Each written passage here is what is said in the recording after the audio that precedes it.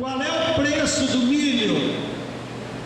É o mesmo em Singapura, Tóquio, México, Turquia do nosso companheiro Algum, Noruega, Argentina, Estados Unidos, porque quem marca o preço, o professor explicou, é a Bolsa de Mercadoria, controlada por essas empresas. Então agora nós temos um preço único para o milho, não só em Chapecó, Pernambuco e Sarandi, para o mundo.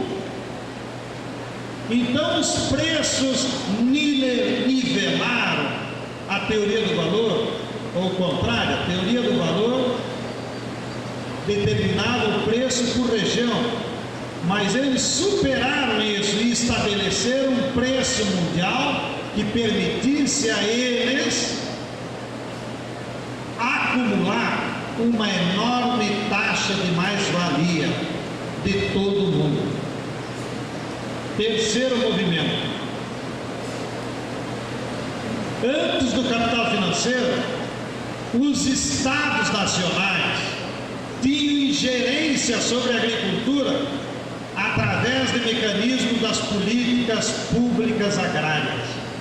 Aqui no Brasil nós tínhamos a CFP, que fixava até o preço mínimo e garantia. Com esse processo de mundialização, os estados nacionais foram afastados das políticas públicas agrícolas. E quem passou a determinar as políticas para a agricultura foram os grandes organismos internacionais controlados pelas empresas, o Banco Mundial, o Fundo Monetário Internacional, a OMC, etc. De maneiras que, um pouco também nós já vimos ontem, eleger ou não eleger presidente da República nos países periféricos, para o capital, pouco muda. Porque, na verdade, eles fazem o controle da nossa agricultura pelos organismos internacionais, que por sua vez controlam o Banco Central, que por sua vez controla as políticas econômicas dos nossos países. Terceiro movimento que aconteceu. Essa agricultura totalmente dependente, já vinha sendo construída, de insumos industriais, e agora dependente das empresas que controlam a produção e o comércio, se transformou totalmente dependente do crédito bancário. Olha, os bancos, e a maioria é dinheiro público, os bancos públicos e privados do Brasil emprestam para o agronegócio, todos os anos, 60 bilhões de reais, para eles produzirem mais ou menos de 80 a 100 bilhões. Na prática, então, dos 80 a 100 bilhões, que é a chamada renda agrícola, 80 bilhões já está amarrado para as empresas, porque ela entra para a agricultura como crédito bancário, portanto como dívida, mas é uma dívida antecipada, porque o agronegócio, o fazendeiro, quando pega lá 500 mil reais no banco, o banco já paga direto para a empresa multinacional que fornece o adubo, que fornece a semente, fornece o pesticida, que fornece a máquina. O panaca do fazendeiro palmeirense só assina o contrato, mas o dinheiro sai do banco e vai para Monsanto, sai do banco e vai para a Massa. Falei mal dos palmeirenses só para eles prestarem atenção, porque não estavam copiando.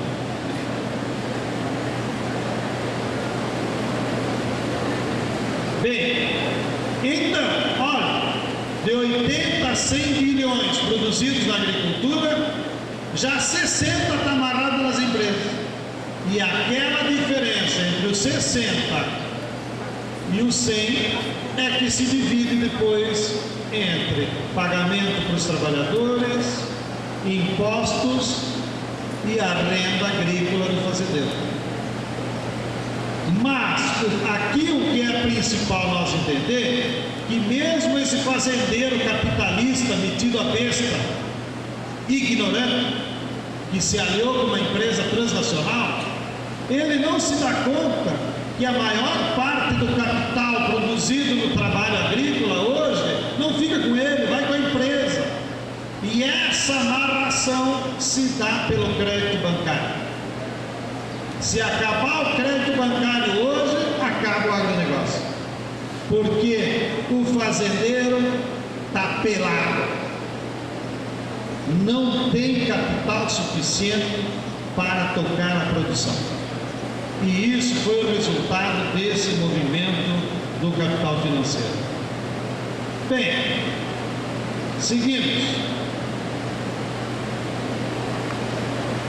Quais são as novas áreas de expansão do capital na área agrícola que nós precisamos ficar atentos, que os professores nos ajudam a ir pesquisando quando eles vão ler os relatórios das empresas, do que eles colocam no balanço, do que eles dizem para os seus acionistas? O que a gente lê nesse relatório deles? É que as prioridades daqui para frente do capital vão ser direcionadas basicamente para 5 áreas. Anotem para vocês saberem para onde vem, da onde vem. Primeiro, eles vão seguir controlando as sementes, porque o controle das sementes transgênicas é a maneira deles monopolizar e controlar o que produzir.